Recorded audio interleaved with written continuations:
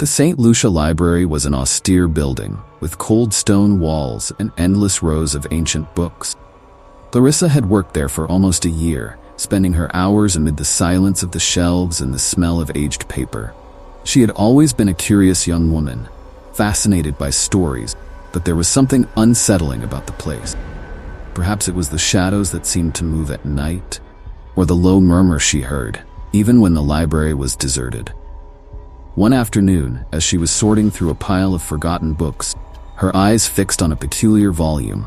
The book was thick, with a dark leather cover and gilded edges.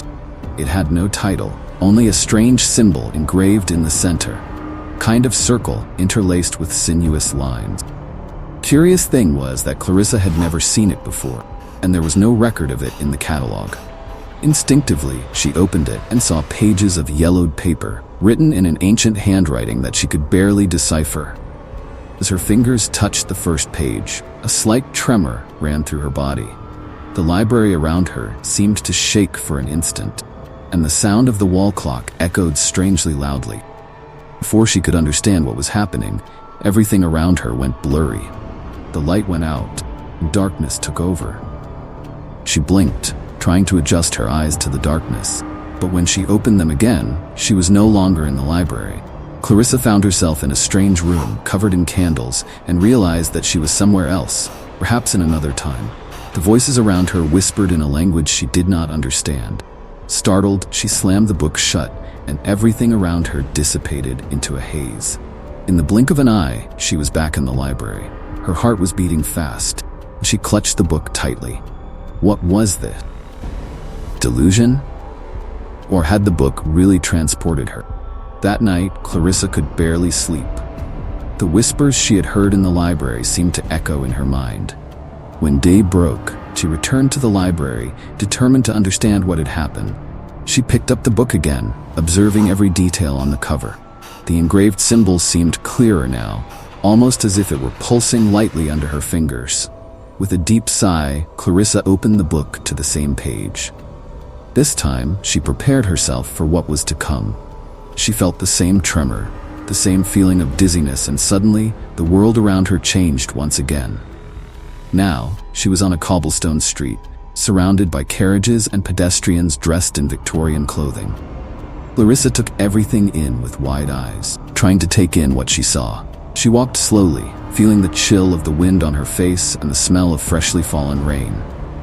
Suddenly, her eyes fixed on a woman passing by her. Something about that woman seemed familiar. She followed her, keeping a safe distance, until the woman entered an imposing mansion. Clarissa hesitated, but something inside her urged her to go forward.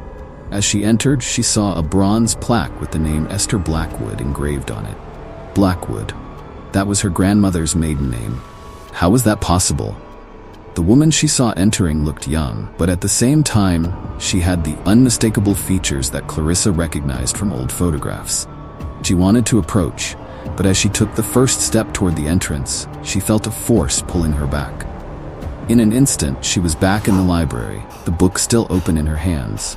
Clarissa's breath was coming in short pants, and she felt a shiver down her spine. This book was showing her family's past. The next few days were a torture of curiosity and fear for Clarissa. She knew she needed to understand what the book was trying to show her. She decided to prepare herself better before opening the book again, writing down everything she could remember about her family. Her hands shook as she jotted down the names of her ancestors, dates of birth and death, and any scrap of information she could gather. When she finally felt ready, she opened the book once more, already expecting the familiar sensation of being pulled back into another time. This time, she found herself in a dense forest, the ground covered in dry leaves and tall trees blocking the sunlight. In the air, she could smell smoke. She followed the sound of voices until she found a group of people in a circle. In the center, a young woman was kneeling, her hands tied together. Her face was dirty, her eyes wide with fear. Clarissa approached, and her heart raced as she recognized the young woman. It was her great-aunt, Mary, who everyone said had died young, with no explanation. She was on trial for something Clarissa couldn't understand. The words treason and heresy were repeated, and then everything turned to chaos. Mary was dragged to a wooden post. Clarissa wanted to scream, to run to her, but her feet were rooted to the ground. Smoke rose into the sky, and Mary looked directly at Clarissa, her eyes filled with a deep sadness. Suddenly, everything dissipated.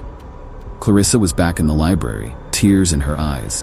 Her family's stories hid much darker secrets than she had imagined. Mary hadn't died of natural causes, she had been executed, and somehow that was connected to what her family was hiding.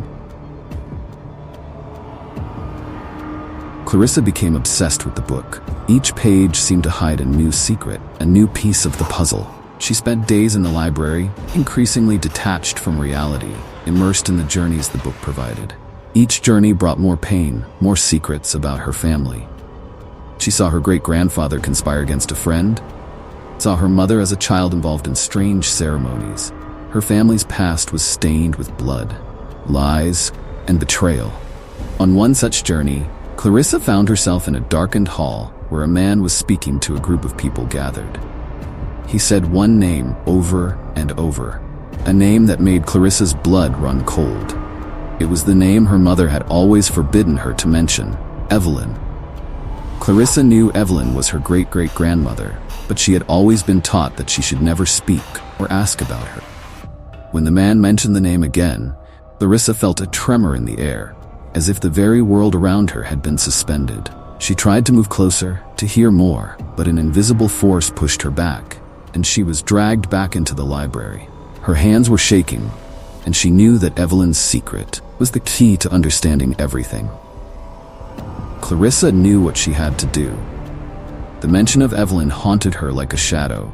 More determined than ever, she opened the book to the page she had left off. This time she felt an even stronger energy, a sharp pain in her head. When she opened her eyes, she was in a small wooden cabin. A smell of herbs filled the air. There was Evelyn, fiercely beautiful woman, with intense green eyes and an expression of pain and resignation. Clarissa heard a heated argument. Evelyn was being accused of witchcraft by her own husband. He accused her of having made pacts with dark forces to protect his lineage, which, according to him, was cursed. Evelyn defended herself, saying that she did what she did to protect everyone, but no one seemed to listen. Suddenly, the scene changed, and Evelyn was being dragged by a group of men, her face serene, accepting her fate. Before she was taken away, she took one last look at Clarissa, and then, unexpectedly, Clarissa felt a sharp pain and everything went dark again. When she returned to the library, she understood what Evelyn had done. A sacrifice, not to curse, but to protect. A blood pact. Now Clarissa understood the purpose of the book. It was a sort of keeper of her family's secret, revealing truths that had been hidden for generations. The curse her family believed they carried was not a curse at all, but a desperate attempt to protect themselves from much greater forces. Clarissa felt herself being pulled into the book one last time. This time, she was taken to a place beyond time. She saw souls, thousands of them. Some she knew, some she didn't. They all looked at her with hope and expectation. Clarissa knew she had a choice to make. She could seal the book forever, keeping the secrets hidden, or she could release the souls that were trapped, allowing the truth to be known, and her family find peace. She looked at the book in her hands, felt her heart heavy with the responsibility, and made her decision. She opened the book one last time, speaking the words she had read on the last page. A strong wind rushed through the library, and Clarissa felt a powerful energy around her. When the wind died down, she knew that the souls were free, and that her family's burden had finally been lifted. She closed the book, feeling lighter, knowing that although the past was dark, the future was now in her hands. The Library of Souls was finally at peace.